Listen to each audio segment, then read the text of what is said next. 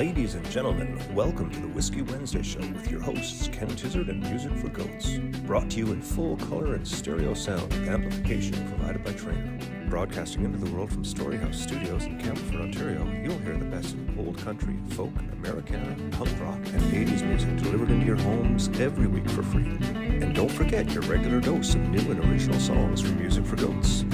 Never be alone on a Wednesday night again, 8 p.m. Eastern and 9:30 for those of you in Newfoundland. Join the Whiskey Wednesday regulars on Facebook to be a part of the conversation, or watch on YouTube as well. Pour a drink, a cup of tea, or a nice cold long tooth. Roll up your best smoke and sit back and relax. Don't forget to hit the share button to help spread the word. The Whiskey Wednesday Show, every week. Cheers. Look at us. Me looking like I'm trying to sit like I have muscles. It's not actually what I'm doing, but it looks weird. The old car window trick from back in the 50s. Yeah. How you doing, ladies? Welcome to the Whiskey Wednesday Show once again. Oh my goodness, what a start we're off to. How you doing tonight, Neil? I'm all right. How about you? I'm good. You're back to your schoolboy look? I am indeed. Excellent. Indeed. Move over Angus Young. What's it, sorry? I said move over Angus Young. Okay, that's where we're going. Okay. Now we're going to have to dig up some photos of you and Angus and put them side by side and see who's winning. We'll have an online poll. Oh, okay. We'll do that. Yeah, good idea. Sounds like a lot of fun. Mr. Grant, how are you? I just feel old. You had a birthday yesterday, right? I did, and I'm a year older. How old did you turn yesterday? I forget. It's been a while, eh? It's up there in the 60s, I think, at least. Well, good for you for celebrating another. Now, are we revolving around the sun, or is it revolving around us? Yes. Excellent. Well, it's good to have another lap around the moon, as it would be. Yeah. And congratulations on having another birthday. Yes. I see that David just bought you a little birthday gift that had some things in it from our friends across the bridge. Something Spirit from Leaf. Spirit Leaf, it looked like, yeah. A little birthday cake of something or other. Yes, an ice cream cake, I believe. Ice cream cake? Very nice.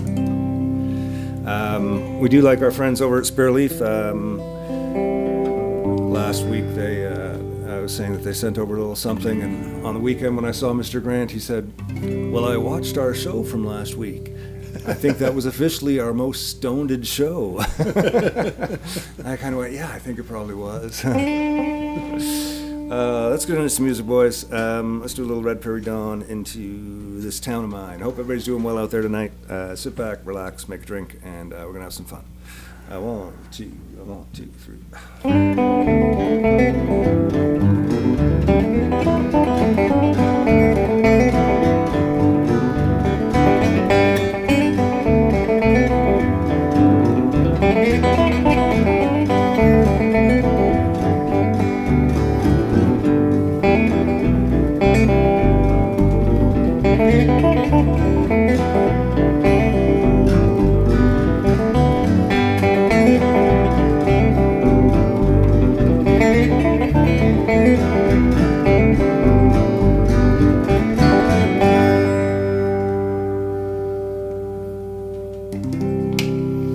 This town of mine,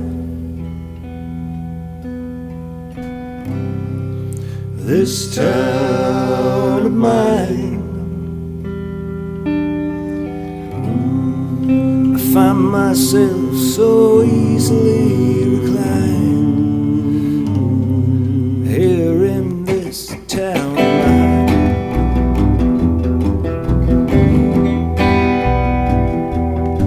I came here from the city trying to find some peace of mind, to get myself on track and buy myself some time. This town is growing on me. Here's a song for all these faces. You look so familiar, but your names are so unclear. This town of mine, in this town of mine, I find myself myself so easily reclined here in this town of mine.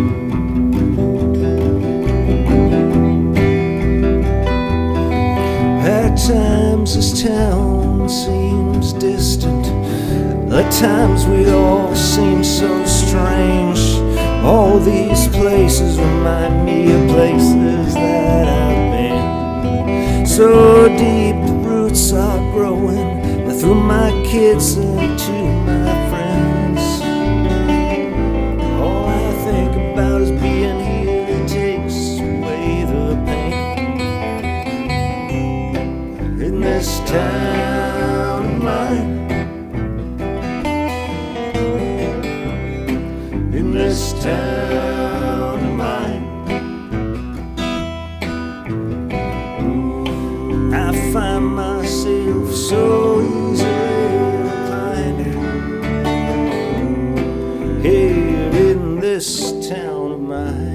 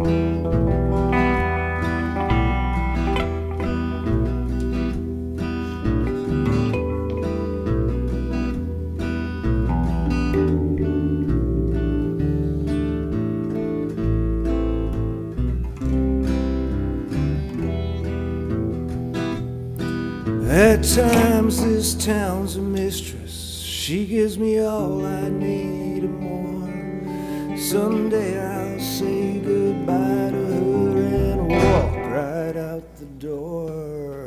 In this town of mine, in this town of mine, I find myself so easily reclined here in this town of mine.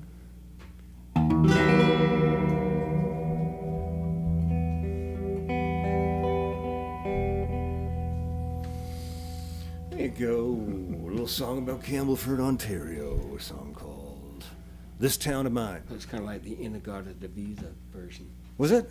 Yeah, I guess I got a little lost in the guitar solo there. Sorry about that. That happens sometimes. Yeah, it's okay.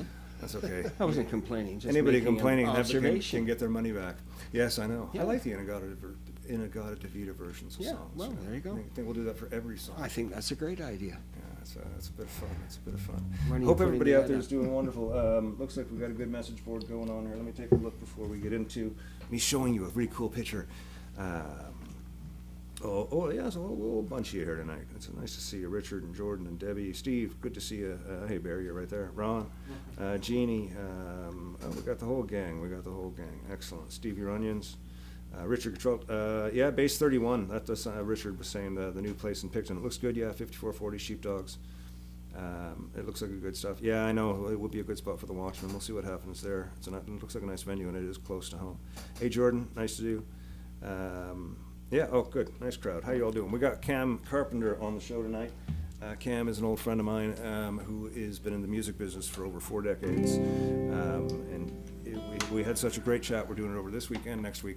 This week he's going to talk about all of his history, starting like back in the disco days when he was working for Quality Records and importing vinyl and stamping vinyl to vinyl just to get stuff out. Really interesting time. And next week we're going to talk about 3 eras of music that he's existed through and the goods and bads of each of them, and kind of look and see where we are and what the future might bring. So it's a really interesting chat for people in the music business and musicians, and I think for anybody, and we're going to get to that in just a bit. This town of mine, there's a, Barry, you got a picture there of Allison, I believe. Oh yeah, there she is, there's Allison and Jack. Me and Allison we've been out of the house. We've got this ramp that now helps Allison get out of the house. And we've been out a few times this week. We went for lunch down at Dee's, we went to Sharps, and we went over to Zazu, and Allison bought a new dress, which you can see is very pretty. It's their first sort of non-pair of pajamas in 3 years, so she's really happy with that. And Jack has this new little harness, so he sits on her lap strapped in when we go out walking around town. So it's really nice to go out and see this town of mine and play a song about it as well. So there you go, tying that one all together. See how I did that, Neil? Beautifully done. Mm-hmm. Yes. And Allison has agreed to lend me her dress for the drag show on the 9th. I don't think we need to dress up. I know what I want to. Oh, okay. Oh, well then, absolutely, knock yourself out. That dress will never look the same to me.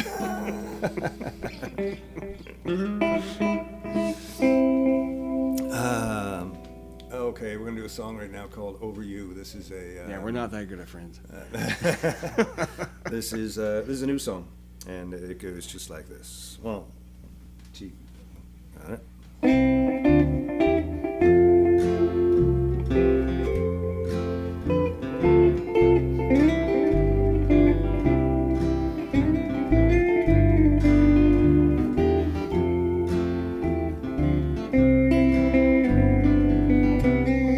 Broke my heart.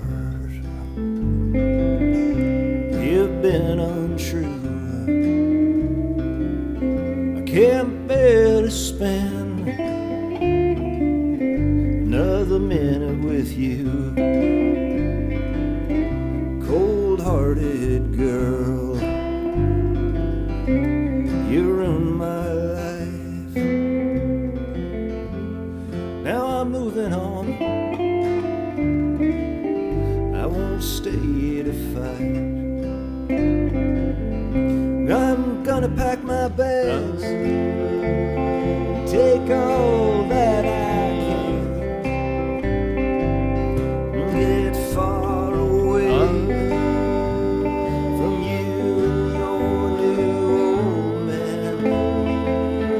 I can't say when, someday soon you'll see. I'll be over you as soon as she gets under me. 4 years I've tried to please. You had me on the go, you had me on my knees. 4 years I've tried. I won't stay to fight. All those toothless words sure rang true tonight. I'm moving on. I'm leaving you behind. I can't say that I'm happy. You treated me so unkind. I can't say when. Someday soon you'll see.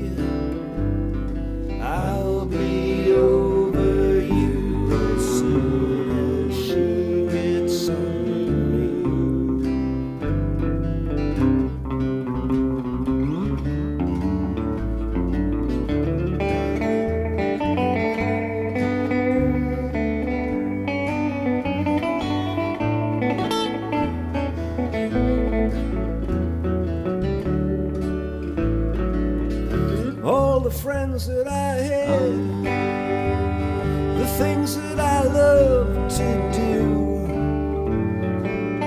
You crushed all my dreams, and now I'm losing you. I can't say when, but someday soon you'll see I'll be over you as soon as she gets under me.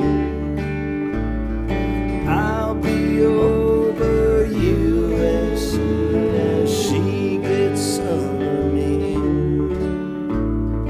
I'll be over you as soon as she gets under me.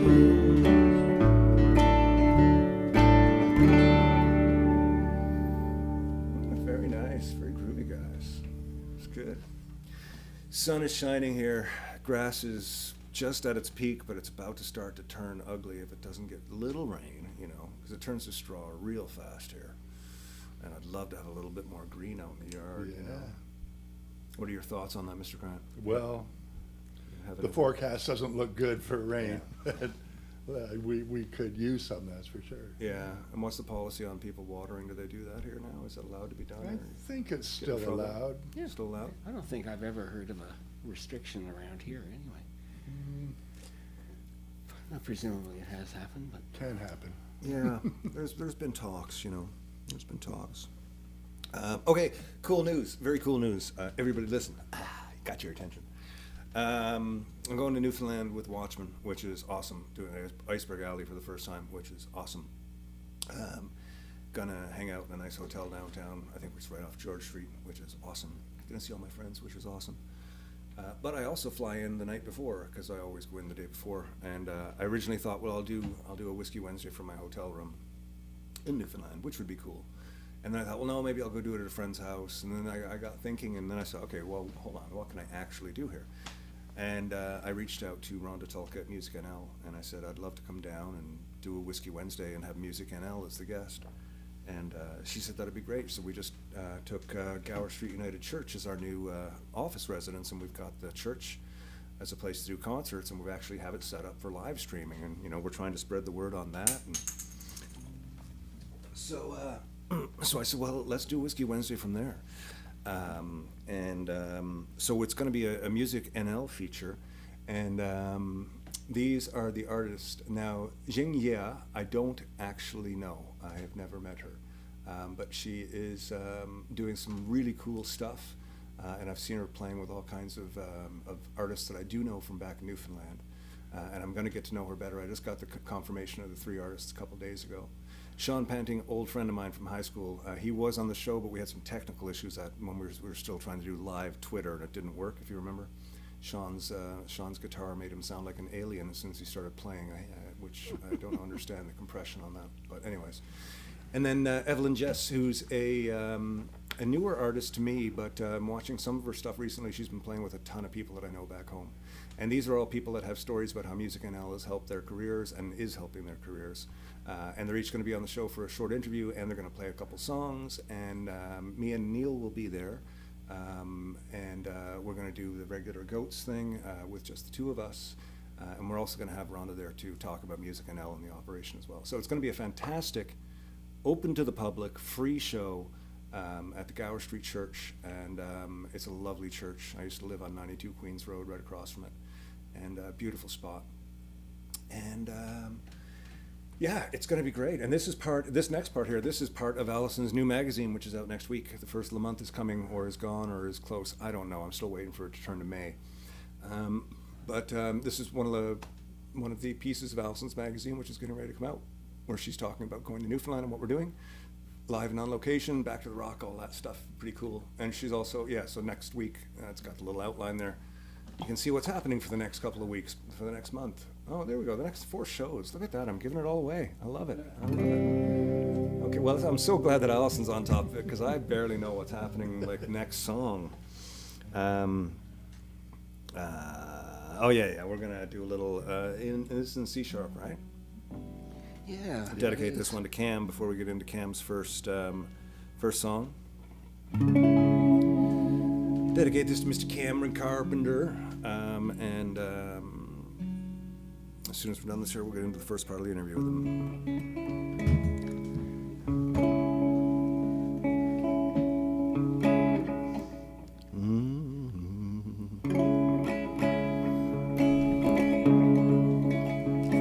This is the one where I do this, right? Is it this one where I do this? Well, if you like to gamble, I tell you I'm your man. You win some, you lose some, it's all the same to me. The pleasure is to play, makes no difference what you say. I don't share your greed, the only card I need is the ace of spades, the ace of spades. Playing for the high one, dancing with the devil, going with the flow, it's all a game to me. 7 or 11, snake eyes watching you.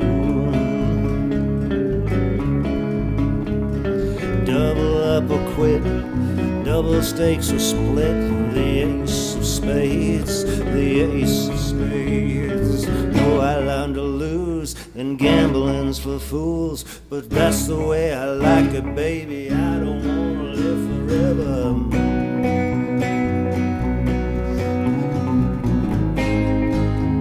But don't forget the joker.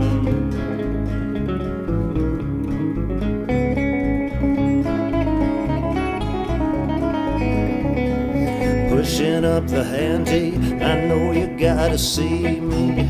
Read 'em and weep, the dead man's hand again. I see it in your eyes, take one look and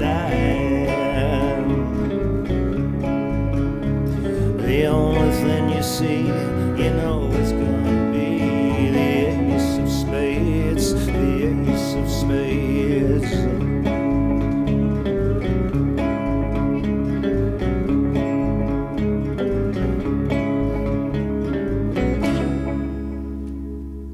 Little ace of spades for my rock and roll, disco, new wave, punk rock, you name the genre over the last 40 odd years, and this guy has worked in it with some of the biggest people. There's you'll see pictures in these videos.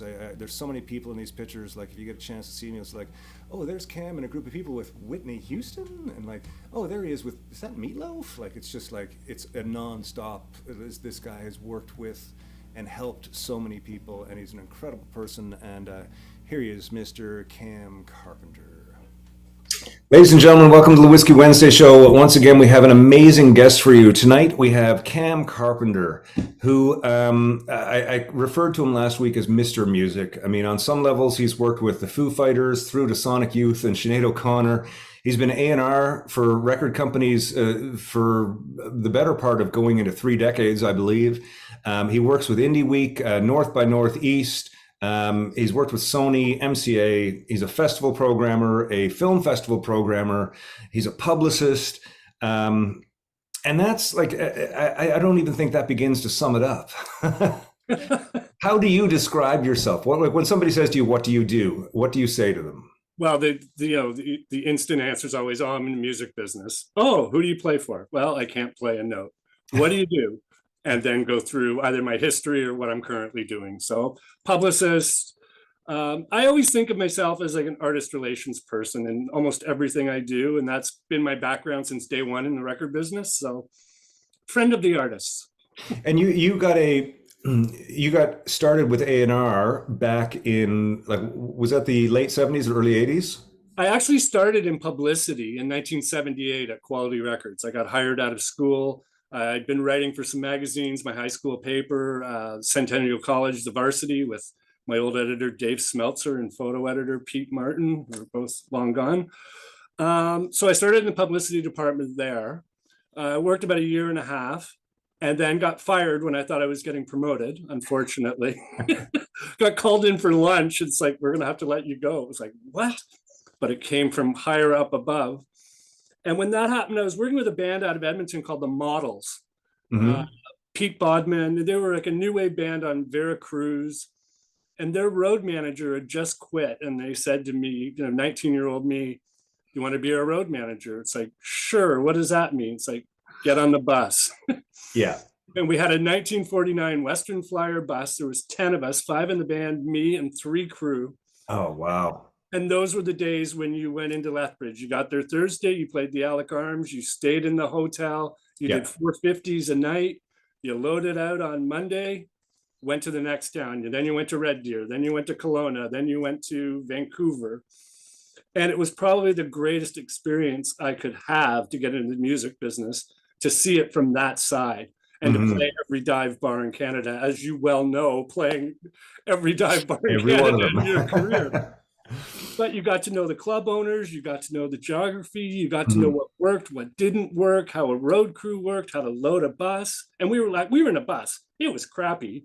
You still peed into a windshield wiper container because there was no washroom. Exactly. And beer was there and it smelled and there was like bad bunks, but it was an amazing opportunity to see mostly Western Canada. I'd say, from Toronto west all the way to Victoria. We didn't really go out east. Did that later in my career. Yeah. And when I got back around 1980, I got a call from Quality Records again to work in their A&R department. And that's when I started doing A&R and marketing. And who was the first band you signed? The first band I signed was a band called the Rockaderos. The Rockaderos. The Rockaderos, they were fantastic. A 3-piece out of Oakville. We did a song that CFNY played the hell out of called I Want to Dance Like Fred.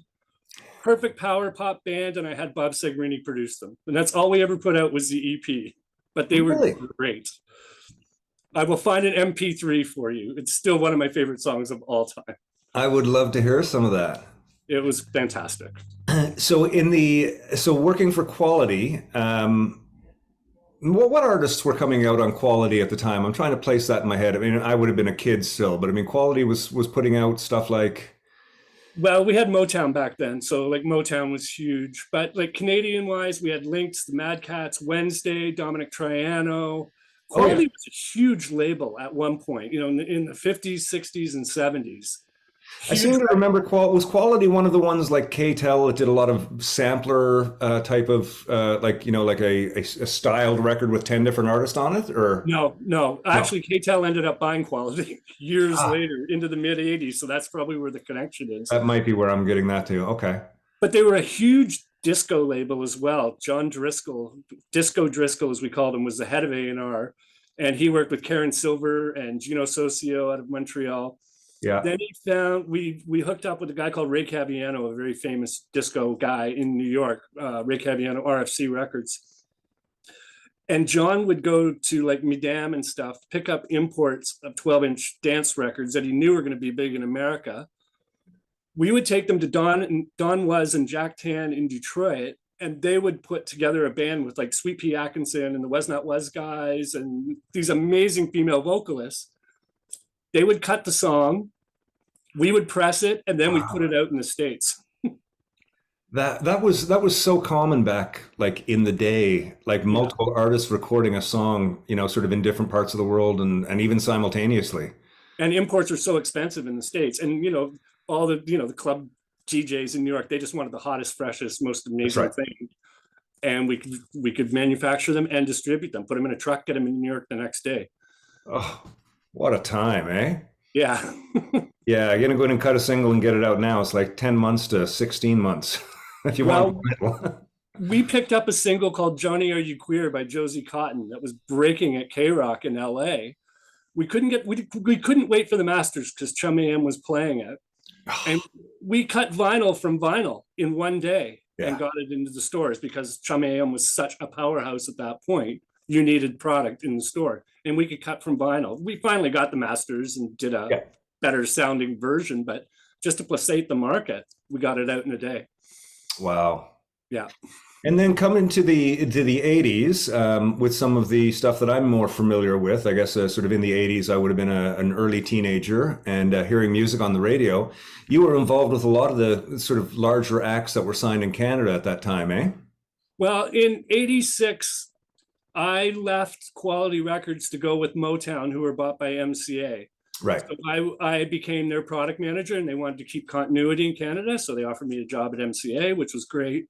So I did all the Motown stuff in the early or in the mid '80s. And then also because it wasn't that busy per se, being the product manager for Motown, just the one label, I started working with Enzyme and Chrysalis Records and a bunch of other labels. And, had success with, I remember walking my first day into MCA with a pile of records that I picked up 2 weeks before, new Charlie Sexton record, the new Huey Lewis. Not necessarily that I was going to work them, but I wanted, to hear what was going on. And I walked into the head of promotion with Guitar Town, and they said, "Have you listened to this record? It's a new country record out of Nashville." And I went, "This is a Springsteen record." And then got behind artists like Steve Earle and Sinead and the Proclaimers. We had gold record with the Proclaimers before they even were a thought in America because of Benny and June. So I got really close to doing marketing for a lot of those artists. That's very cool. And you continued throughout the 80s, back in the day where A&R was an actual position that was filled. Yeah. For people nowadays, because that term is really kind of lost. What was the job? They call them A&Rs now. It's like calling vinyls. It drives me crazy. It's so weird. So what was the primary focus of your job then? Okay, after doing some marketing, John Alexander, who was the head of A&R, who had signed Atlantis and Triumph and a bunch of other great bands, he moved to LA to take over MCA Music Publishing and suggested that I take over A&R. And it was like, well, I can't play a note and I can't go in the studio and turn knobs, and you got the wrong guy. And it's like, no, we have the right guy. You got great ears and a good instinct. So suddenly I was doing A&R. And there was no mandate at that point of this is hot, this is hot. It was going out to 200 shows a year and hanging out in bars, and something would just hit you and you would try to make a deal. Yeah. It's so different. I mean, maybe it's still the same, in a certain way, but I remember in the 80s when I first came to Toronto, playing the Queen Street scene, and it was always about, oh, such and such, A&R for such and such is going to drop in tonight. Yeah. And there was always there was always somebody in the crowd who was A&R from a label. And it seemed like there was so many of you working so hard, 5-6 nights a week, out watching bands, watching new bands, watching your favorite bands develop. And then eventually something would happen. And then that bond became, more than just a guy in the crowd. You were then suddenly the band's main purpose, the conduit between the band and the industry.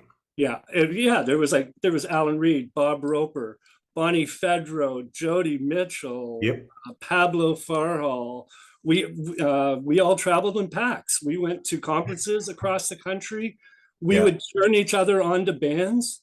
Mm-hmm. They're not going to fit with me right now, but you should see Econoline Crush, or you should see Moist. And there would be some competition, obviously. If I remember I Mother Earth, the bidding war for that. I remember that. Was incredible. I walked into the Opera House that night, and every major A&R person from America was there. Forget Canada. Bob Latella was in his glory. He looked over, and there's Kolodner, and there's Church, and there's whoever. Yeah. So it was a fun time. It was like a really fun time. And sometimes you would go in, and you might be one of 4 people in the bar, and you might end up signing that band. That happened with the Headstones when I saw them the first time. It's just like, all right, I got to make this happen. And there was literally like a half a dozen of us at Ultrasound that night, but there was just that magic on stage. Yep. That you just wanted it. And the Ultrasound was for those years that it was around, it was such a spot to go see the new hottest bands. You could always go to Ultrasound, and then Tuesday night at the Horseshoe. Well, the Horseshoe, of course. Yeah, that's still doing it. But they used to do like Bookies nights and the Independent nights and Elvis Mondays and things like that. There was always a night of the week you could go to one of these 4 or 5 bars, see your brothers and sisters in A&R and the rest of the industry, and see amazing music. It was a fantastic scene back then. Ladies and gentlemen, that's the first part of Cam Carpenter. We're going to play a couple songs, and we're going to get back to part 2, which is actually part 2. of 4, but it's not like part 2 is in, like, we've had part 1 and here's part 2, like, because part 2 is usually the finale. But this is a 4, this is a quad, what do they call those? It's like a trilogy and then there's a quadrilogy. Is that what it's called? Quadrilogy. Mr. Grant, help me out here. Quadraphonic, I think. Quadraphonic, no, that'll be simultaneous. Okay, Or so. quadratically or something, yeah. Erratigately? Yes, exactly. Erratigately, yeah, that's an interesting word. Quadratically. Quadratic. Quadratically. Okay, I've lost track of what I was saying. So many words. It's all right, so have we. Song. Oh my. Yeah, I gotta say, like, it's so cool to have a chat with Cam. It's neat to actually watch it back because when I'm chatting, I'm just chatting. But listening to him talk, it's such a reminder of, like, you know, the ultrasound and it was funny at the time because all the bands on Queen Street knew all the A&R people. Like we were all drinking buddies. And it was just sort of, you know, every now and again you'd have one of those great nights and somebody'd be there and like, I think we can make this work, you know, like I think I understand it now. And that's how bands got signed. It's just so fucking cool. And Cam was one of those guys that, you know, was around for as long as I can remember, before the Watchmen, through the Watchmen.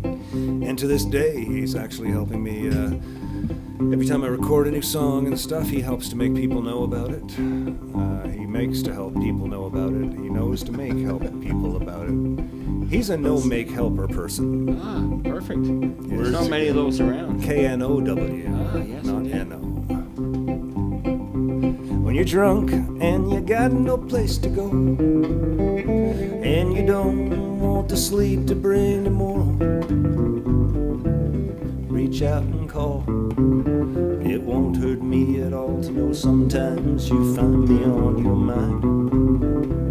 When you've had enough and you're feeling all alone, just you and the echoes in your home, reach out and call. It won't hurt me at all to know that sometimes you find me on your mind. Help me out, boys. Many miles apart, trying to make a brand new start. It's not been easy, but I'm still doing fine. I'm thinking about you and I'm still on your mind.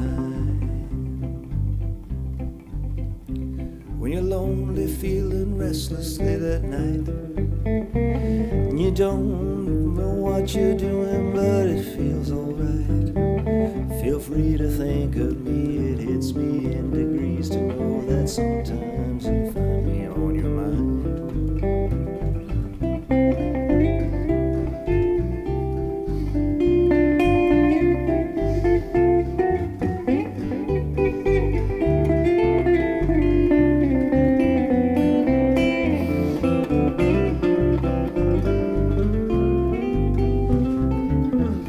Many miles apart, trying to make a brand new start. It's not been easy, but I'm still doing fine. I'm thinking about you and I'm still on your mind.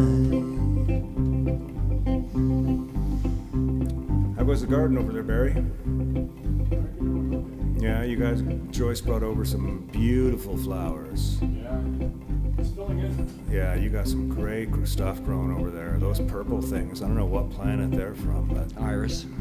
they're from the planet Iris? That's right. I Wow. think the plural of iris is Irene. Ah. Irie matey. I was going to say Irie. That planet's right beside Eurydice.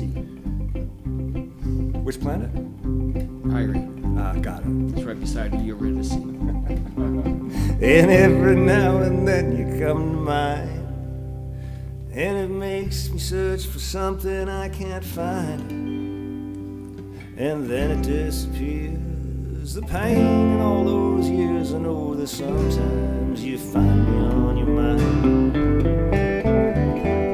Many miles apart, trying to make a brand new start. It's not been easy, but I'm still doing fine. I'm thinking about you and I'm still on your mind. I'm thinking about you and I'm still on your mind. I'm thinking about you and I'm still on your mind. A little on your mind for you. Oh my God.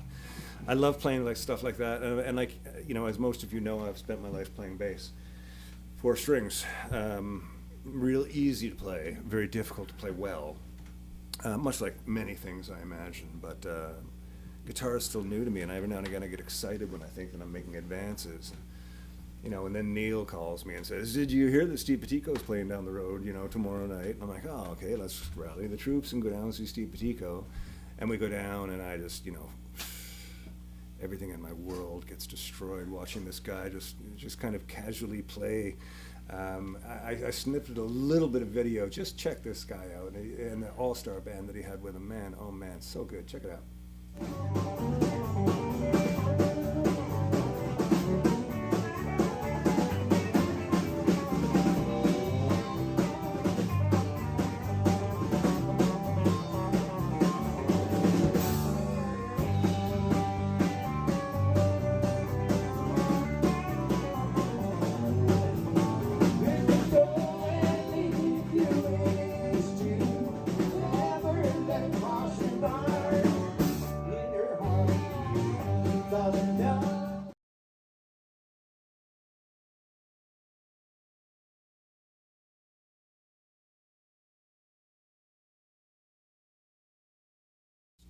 That guy makes me smile so much. Steve Petico and the band that he had with him, I cannot remember any of their names off the top of my head. Their Bass player was Dusty King on bass. Dusty I King. remember Jr. that. Dusty King Jr., Jr. Yep, and James, somebody or the other, on acoustic. And was it Matthew behind the drums? Matt or Brad? Or Brad. Brad, I think it was yeah. Brad on the drums. And at one point, Steve convinced Brad to get up and play a tune on guitar, and Brad came up and you can tell that he's been hanging out with Steve a lot.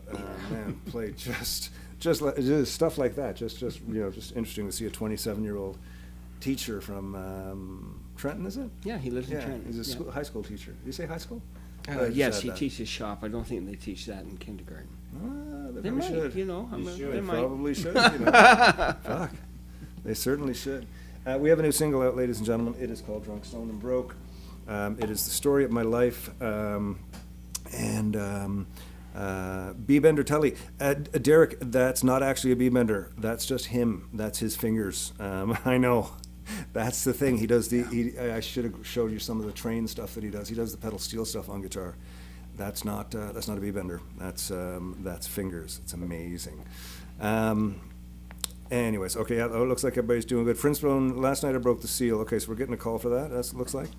Okay, just moved some Jim Beam. Okay, so there we go. I am on the long tooth, but we'll do it when we come back, because I pulled a song. So if somebody can remind me, somebody in this room, remind me that when we come back after the second part of Cam, we will throw in a little bit of George Jones for the people. But right now we are going to play Little Drunk, Stoned, and Broke for you. This is the new single. I guess that's what they're still calling it. And thanks to Cam for helping get the word out, and for people like Daryl Sturden at Tinnitus and Exclaim Canada and stuff like that for sharing what I've been doing. It's all on the Facebook, social media, Instagram stuff. It's all there. You can see it. I'm really appreciative of everybody who plays the song that I wrote and that we recorded here. And a little part of our world outshared with the part of your world. It's really nice.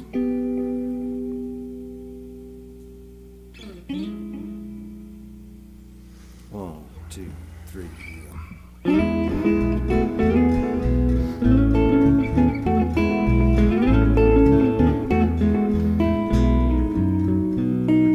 Drunk, stoned, and broke, and I don't know if I'll see the sun tomorrow.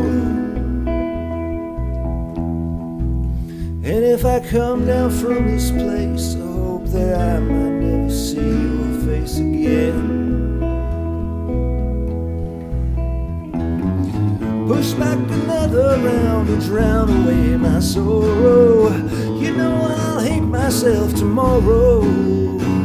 But good God, I need it tonight. Good God, I need it tonight.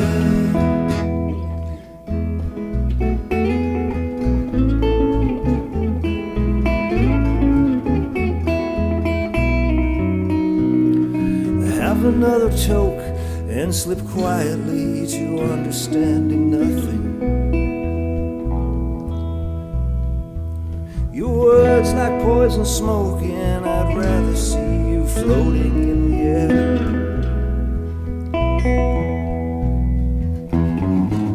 push back another round to drown away my sorrow.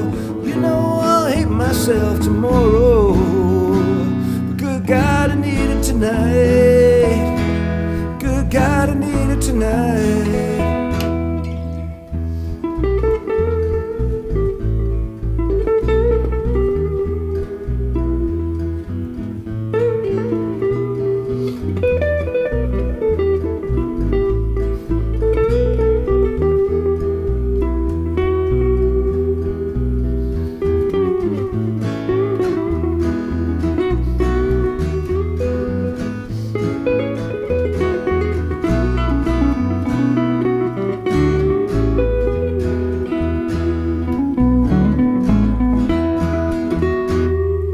Drunk, stoned, and broke, and I don't know if I'll see the sun tomorrow.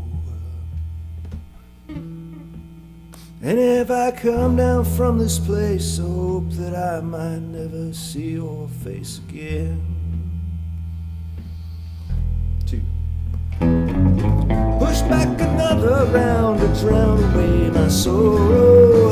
You know I'll hate myself tomorrow. Good God, I need it tonight. Good God, I need it tonight. Good God, I need it tonight. Good God, I need it.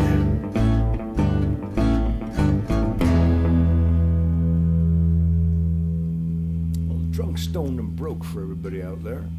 Anybody who knows the feeling knows the feeling.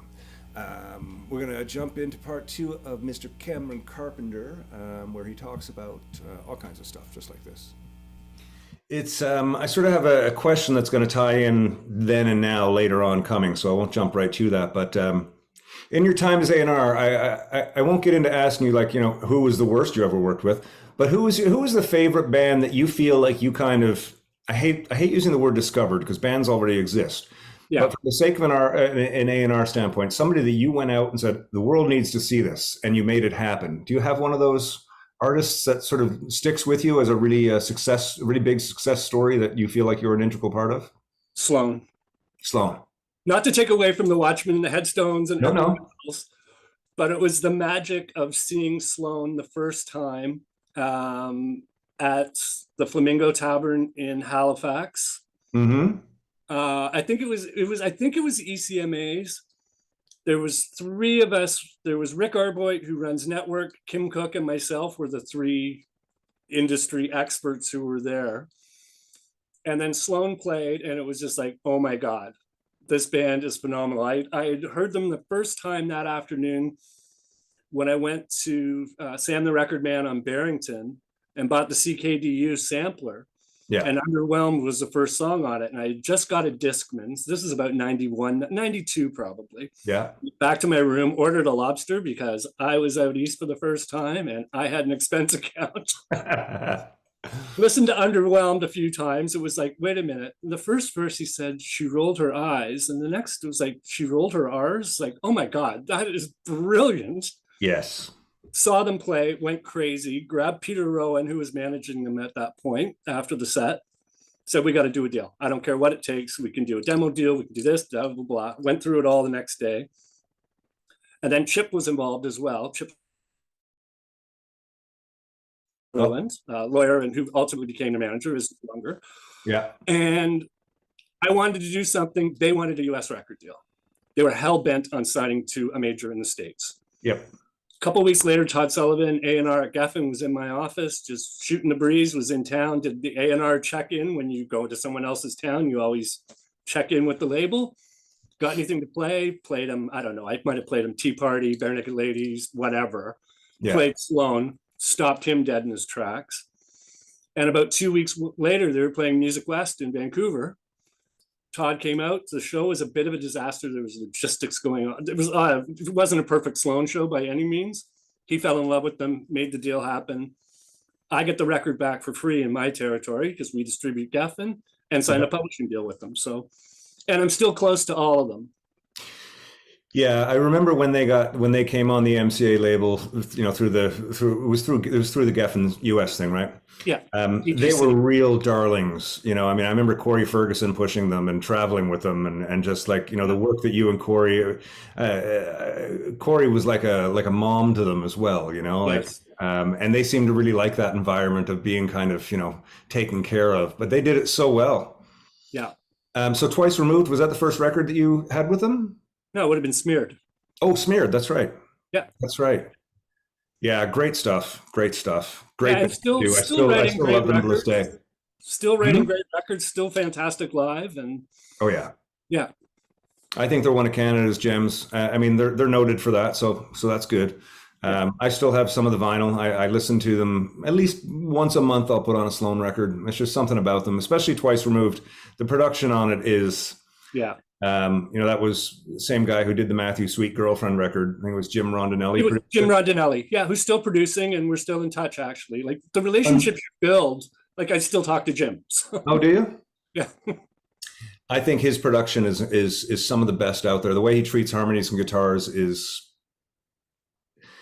when you're dealing with a mess of guitars like Sloan or, the guys from Television who played on the Matthew Sweet record, how do you then put vocals and 3 and 4 part harmonies on top of it and make everything cut through? And he manages to do it. It's amazing.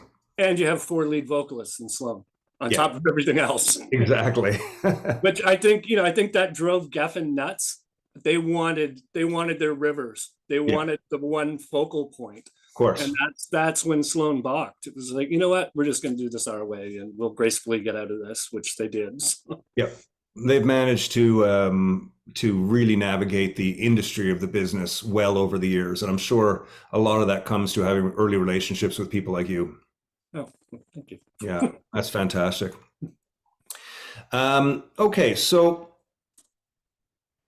nowadays, I'm just looking at the time there. We're probably going to get cut off, so I'll do a reset once this is over. But what are you doing nowadays? So the A&R of old has been gone for, I'm going to say the better part of 15 or 20 years. Has it been more than that? Since I've done A&R? Or since the world of A&R has kind of disappeared, as we know. I'd say 10 to 15 years since it really changed. Now people just look at streams and everything else, and they just look at YouTube, and they don't even need to go see bands anymore. That's what I sort of see in A&R for the most part. What's your impression of that? I think it's wrong. Yeah. But it's a different business now than it was back then. So who's to say it's wrong? If you get 1 million streams on TikTok because you signed that band, then I guess you win as an A&R person. Me, it was seeing a band go from Ultrasound to the Horseshoe to Lee's Palace to the Phoenix or the Diamond Club back then. Yeah. Maybe to then Massey Hall, then Maple Leaf Gardens. Like, that was the mountain of success for your artist. Then getting a gold single, a gold album, platinum record, and selling out venues across the can, like the Tragically Hip did. To see the growth of the hip was incredible. Yes. And they didn't need the rest of the world because they could just tour when they wanted and sell out 20,000 seats every night. Exactly. And sell 1 million records in their home country. So they won. They won. They're pretty rare. Yeah. It's rare to have that. Rare now. I don't think because bands don't do, what we were talking about going back to the 70s. They don't go in and do 450s a night for 4 nights in a town that no one knows any of their music, and they want to hear Band on the Run and The Joker by Steve Miller, as opposed to Janie, You're Wrong, the new single from the Models. Yep. You're absolutely right. I'm 50, just turned 54. So I'm pretty kind of out of it when it comes to, the music scene, so to speak. But when I talk to younger kids and how they're trying to manage their careers right now, it all seems incredibly foreign to me.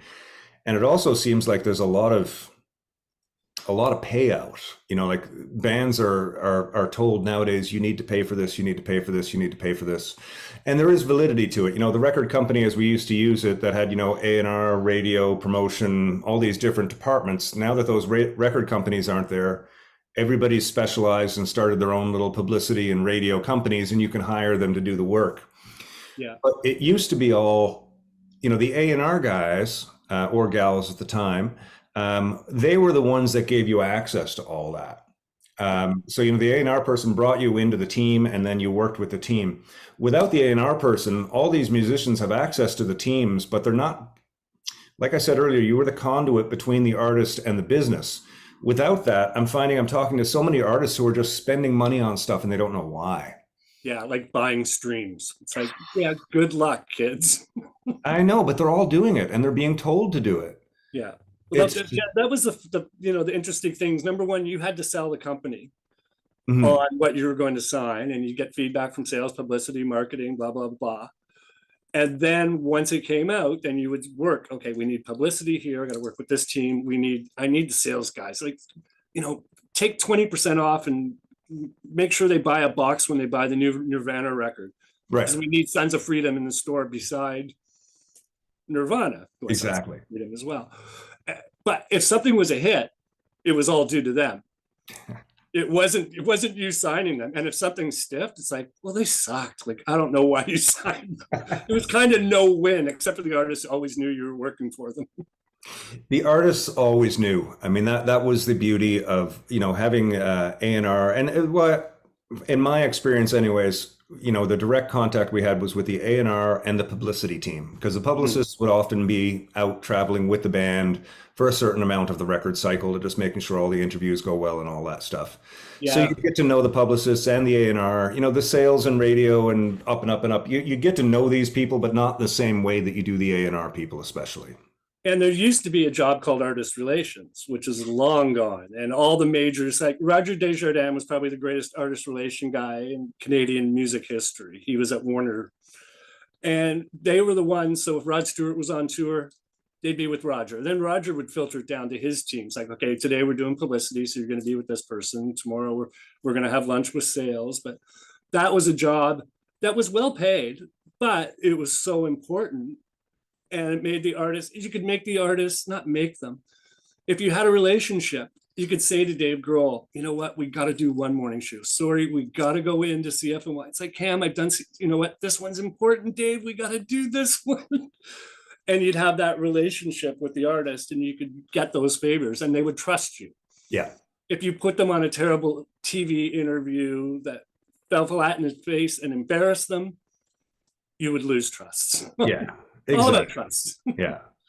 It was a very important part of the music business that I feel has gone. Are you working in A&R with any band, or sort of in that capacity anymore with bands? I know you do some publicity and you do all this festival stuff. Do you still work with the sort of bringing, have you ever sort of found a new artist and then I've got to get you to somebody, and do you still kind of do that connecting, or is that something of the past? No, I still do it. There's some bands who come to me for advice, and if I like them, I'll help them out, like unpaid, and I'll just like try to mentor them. There's a great band out of Sarnia called Born Riot, who I ran into at the bar at the Horseshoe at 5:30 on my way to a memorial service. And it was like, oh, you guys are in a band. Who are you? We're Born Riot. We're from Sarnia. Can you come back tonight at 9:30? I said, let me see how long this service takes. So I came back at 9:30 because I said I would if I could. Mm-hmm. And they were great. So I've been in contact with them for the last 6 months and trying to hook them up with promoters and gigs, and they'll, let me A&R their new single and have a listen, and just trying to help out whenever I can. So, and there's a few bands like that. Involved with. Are you still doing any film festival programming? Yes, I am doing, it's a film festival called Shorts Not Pants. Okay. This is a short film festival. I think it's coming up on its 10th year. I'm checking my notes here. It's November 17th to 19th in Toronto. Short films from around the world. Wonderful program. And I probably review 300 to 350 short films a year. I'm on the programming team, and there's a bunch of us, and we go through it. And this year we'll be back live, which is fantastic. So Nice. Oh, yeah, and they're animated, they're horror, they're music, they're everything, anything that's under 20 minutes. So that's fantastic. yeah, it's And you've been doing doing this film stuff for a long time, right? You used to do it for NXNE. yeah. And I'm a judge, and I have been for the last 5 or 6 years for the Prism Prize, which is Canada's best video. So I'm in the jury for that as well. Indie Week, that's become a pretty huge thing too, and that has a bunch of other sort of branches off of it these days. Yeah, when COVID hit, Daryl, he almost threw the towel in. It's like, what are we going to do? And then he came up with this idea of doing an Indie Weekly, which is we'll just go live once every Tuesday at 4 o'clock on a different topic. Yep. Then decided he was going to do a thing called Screen by Screen, which happens in like usually February, online only. Then Indie 101, which just happened. Music Pro Summit coming up in September, and then Indie Week again. No longer a live 300 bands, 50 venues, 2,000 shows. Yeah. We've got the world at our fingertips now. We have great speakers on from around the world, really interactive panels. We've got DIT, which is a social artist community that you're a member of, and you know what's going on there. So he's really branched out, and he's going to keep it online. There's no need to compete in that space. He's started a thing called Venue by Venue, which will be a live festival in London, Ontario this November with some local London acts. So there's still be that little live component, but Indie Week's really branched out, and it's been incredible to watch. It's been amazing what's been happening over there. I think the COVID, the near destruction of it by COVID actually made it build into something that's stronger than it's ever been. Yeah. Hey folks, thanks for tuning in to the Whiskey Wednesday show. Every Wednesday we will be here, rain or shine, richer or poorer. Tip jar is in the link above. Never expected, but always appreciated. Never confuse the size of your paycheck with the size of your talent. I've got all the money I'll ever need if I die by midnight. Always appreciated, never expected. Please feel free to drop us a line regarding anything, including a link to your money. Cheers.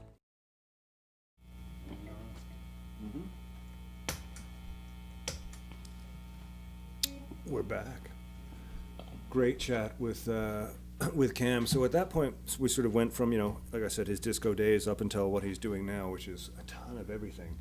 And then I thought that was sort of where we were going to wrap up, and we was getting ready to say goodbye. And then I sort of thought, I got a question about all three periods, and that led into like another 25-minute chat.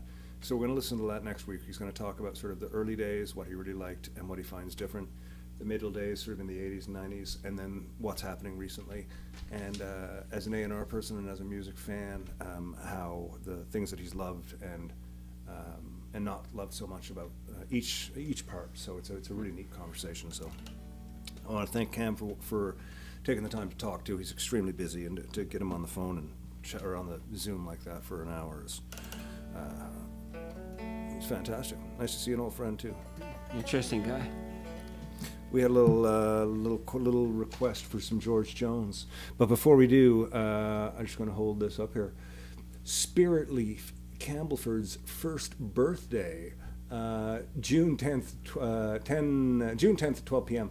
I'm going to turn around and look at it. Sorry, so I can read it to you. Spirit Leaf is the new pot shop in town. One of two. There's Spirit Leaf and True North, and the folks there are doing a 1-year anniversary, so it's cool. They got some DJs, some music, some food. It'll just be a celebration thereof over at Old. Is it at Old Mill Park or is it at the other side? What does it say here?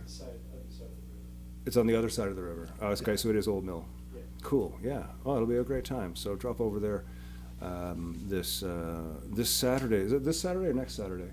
What day is it now? It's the 10th. It's the 10th. A week Saturday. A week Saturday. Okay, you're welcome to go to the park this Saturday too. It's a public place. Sure. Yeah. But if you go next week, you'll be there for Spirit Leaf's Campbellford's first birthday, and thanks again to Eric for sending over a little. And children are welcome. Children are welcome, yes, and families. It's a family event. Family in thing. fact, It's not, it is a family. it's not a hippie fest. Yeah, smoke-free. It's a smoke-free, vape-free event. So it'll be a blast. Bring your kids out, hang out by the water, keep an eye on them, be paranoid. No, that's me. Sorry. What's happening again? We're about to play a song, aren't we? I'm pretty sure there's going to be a whole bunch of people who are going to say, "What? What's the point?" I think I was talking about Spirit Leaf. Oh, yes, I know. Marijuana. You were. That's what's happening in my head. So now we're going to play. We're going to do a little George Jones for the folks now. Yeah. I think that's what we were talking about. Doing some George Jones. Yep. Yeah. You ready for that? I think so. Okay. And I think there's some sort of native aboriginally named song first. Cherokee goes before. There we go. There we are. Named after I know it was Cherokee one tree. of those. Yes, indeed. Named after the what? Cherokee tree. Oh, yes, of course. Yes. Yeah. So I prefer flowering crabs myself, but or flying- Toba Hawthorne. I really like Toba Hawthorne. Okay, we're getting into words that I don't understand again. 1, 2, 1, 2, 3.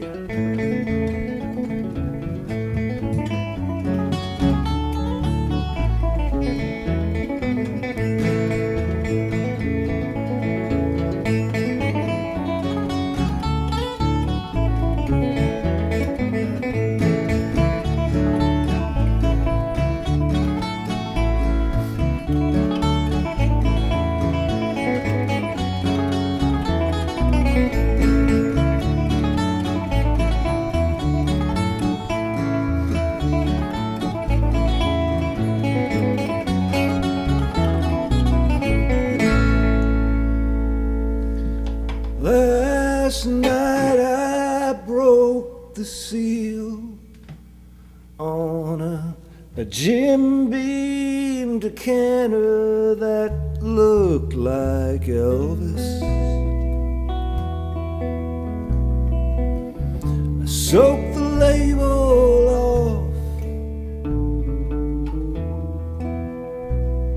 a Flintstone jelly bean jar. I cleared us off a place on that one little table that you left me.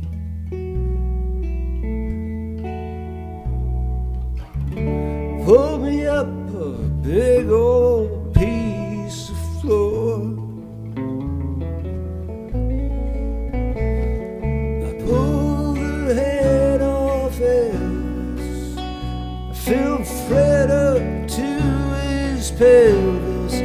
Yabba dabba doo, the king is gone and so are you.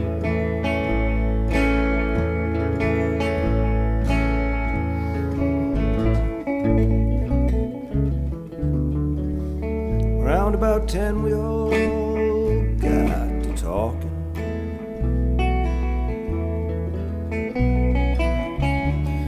About bedrock, Graceland and such. The conversation finally turned to women.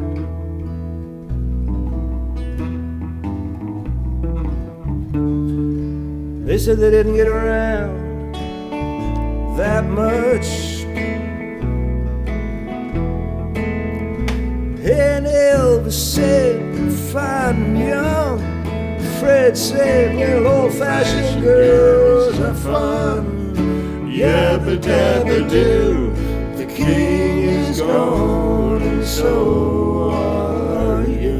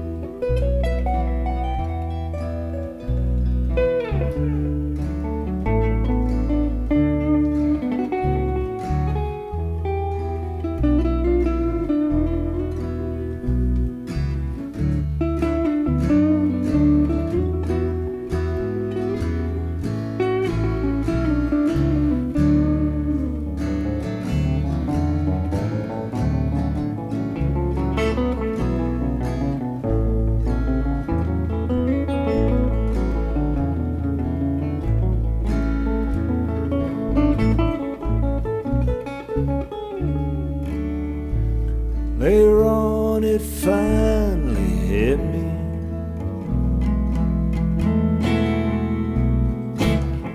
That you wouldn't be coming back no more.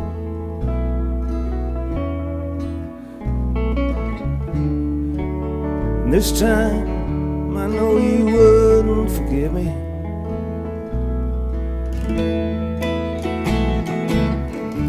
Like all of them other times before. And I broke Elvis's nose, pouring the last drops from his toes. Yabba dabba doo, the king is gone and so are you. Yabba dabba doo, the king is gone and so are you. Yabba dabba doo, the king is gone and so are you.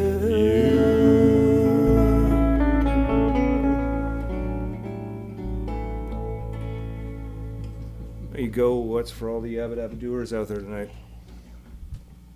See? Talk and you will be heard. So I hope everybody's doing good. I think we're getting close to being done here. Have I missed anything, Barry? No, not really. Looking forward to the Watchmen rehearsal coming up. I got to drive to Toronto for that.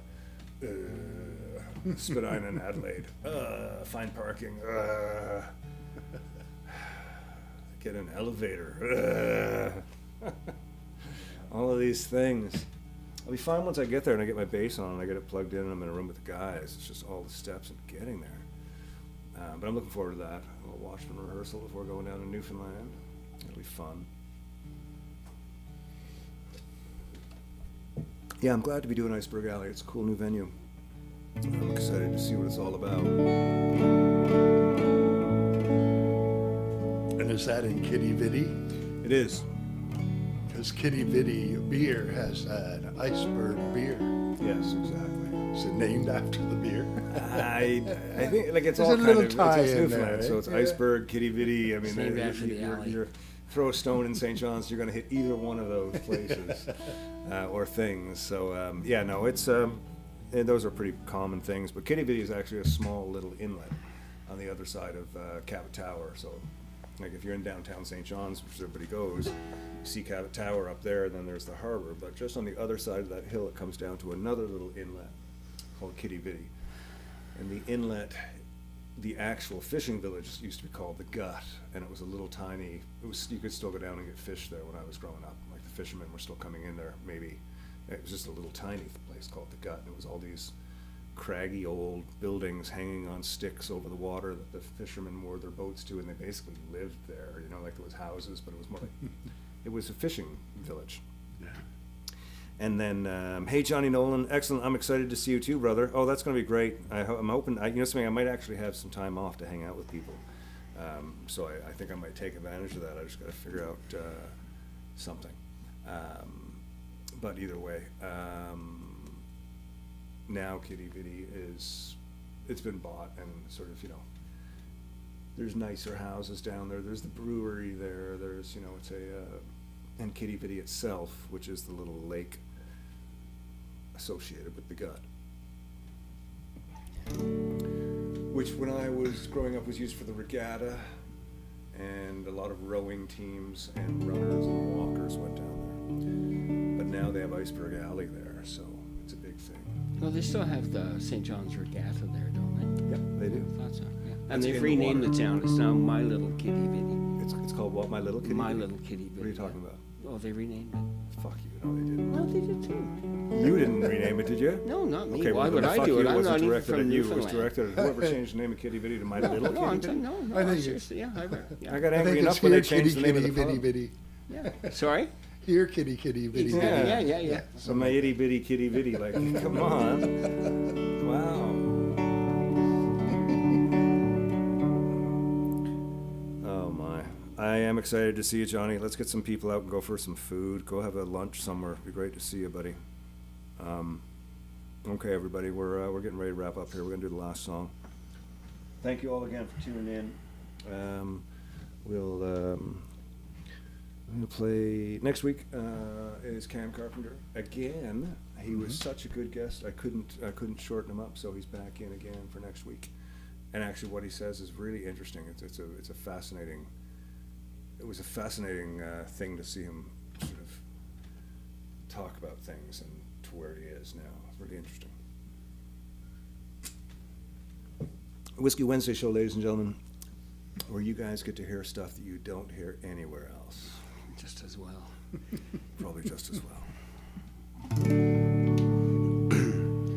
Seems like every meal he's ever eaten has come at the cost of a song. Not to say he ain't been hungry for those times you sang along.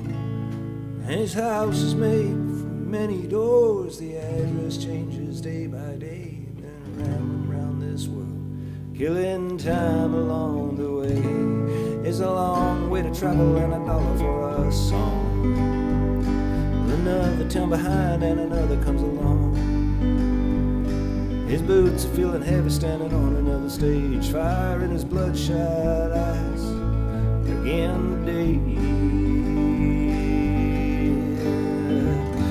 And for every girl he's ever loved, his kindness helped him find his way through fumbling, tumbling, lonely nights to bring colors to the gray.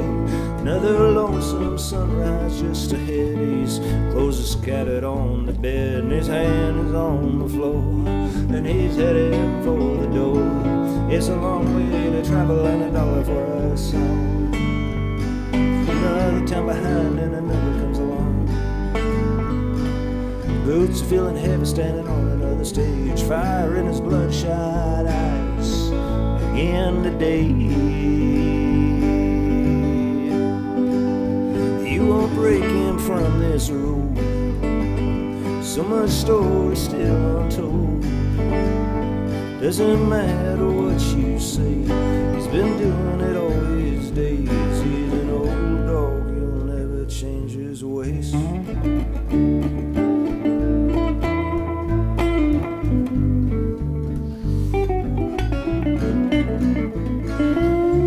When he dies out on that highway and you check to find him cold, just hold the old truck over, roll him off beside the road. For his life's been filled with many riches found upon this stage.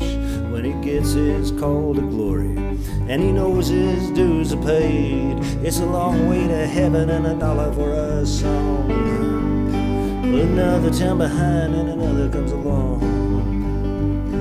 His boots are feeling heavy, standing on another stage, fire in his bloodshot eyes again today. Oh, you won't break him from this road, so much story still untold. Doesn't matter what you say, he's been doing it all his days. He's an old dog and you won't break him from this road, so much story still untold. Doesn't matter what you say, he's been doing it all his days. He's an old dog and you'll never change his ways.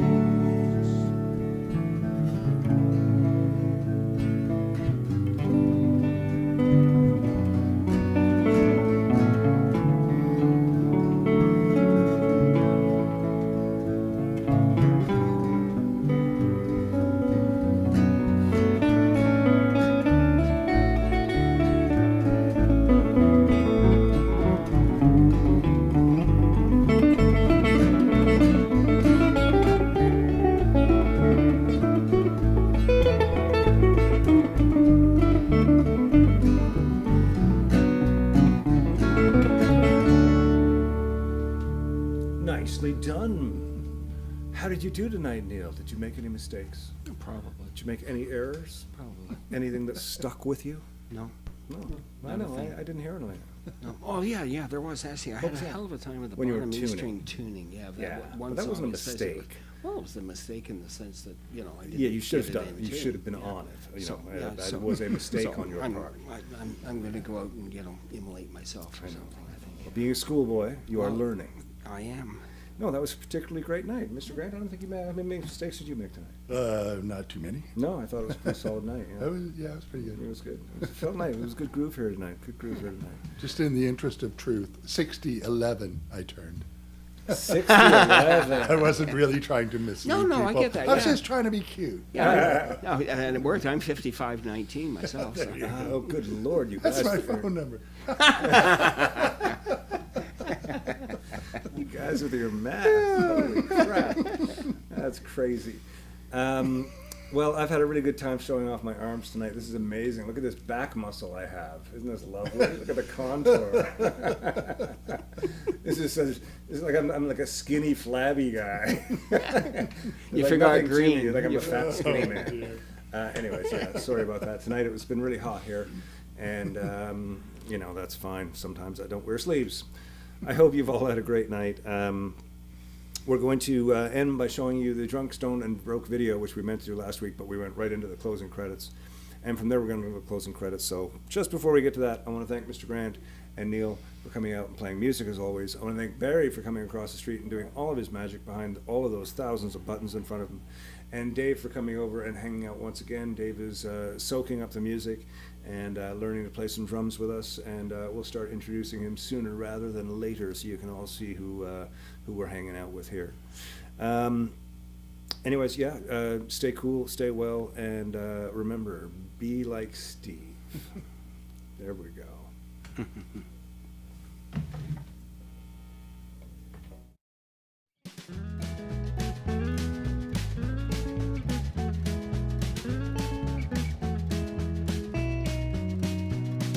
Drunk, stoned, and broke, and I don't know if I'll see the sun tomorrow. And if I come down from this place, I hope that I might never see your face again. Push back another round to drown away my sorrow. You know I'll hate myself tomorrow. But good God, I need you tonight. Good God, I need you tonight.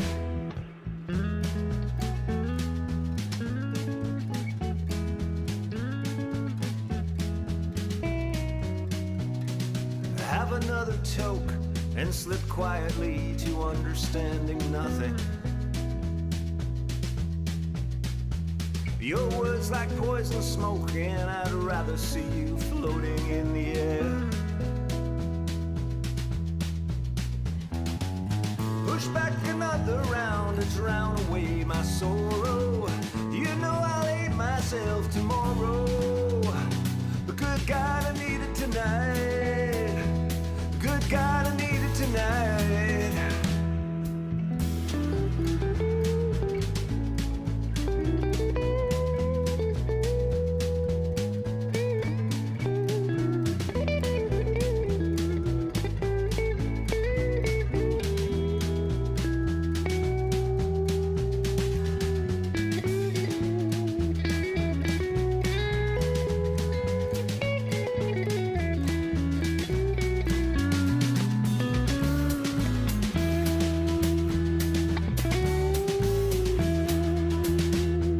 Drunk, stoned, and broke, and I don't know if I'll see the sun tomorrow. And if I come down from this place, I hope that I might never see your face again. Push back another round to drown away your sorrow. You know I'll hate myself tomorrow. But good God, I need it tonight. Good God, I need it tonight. Good God, I need it tonight. Good God, I need it.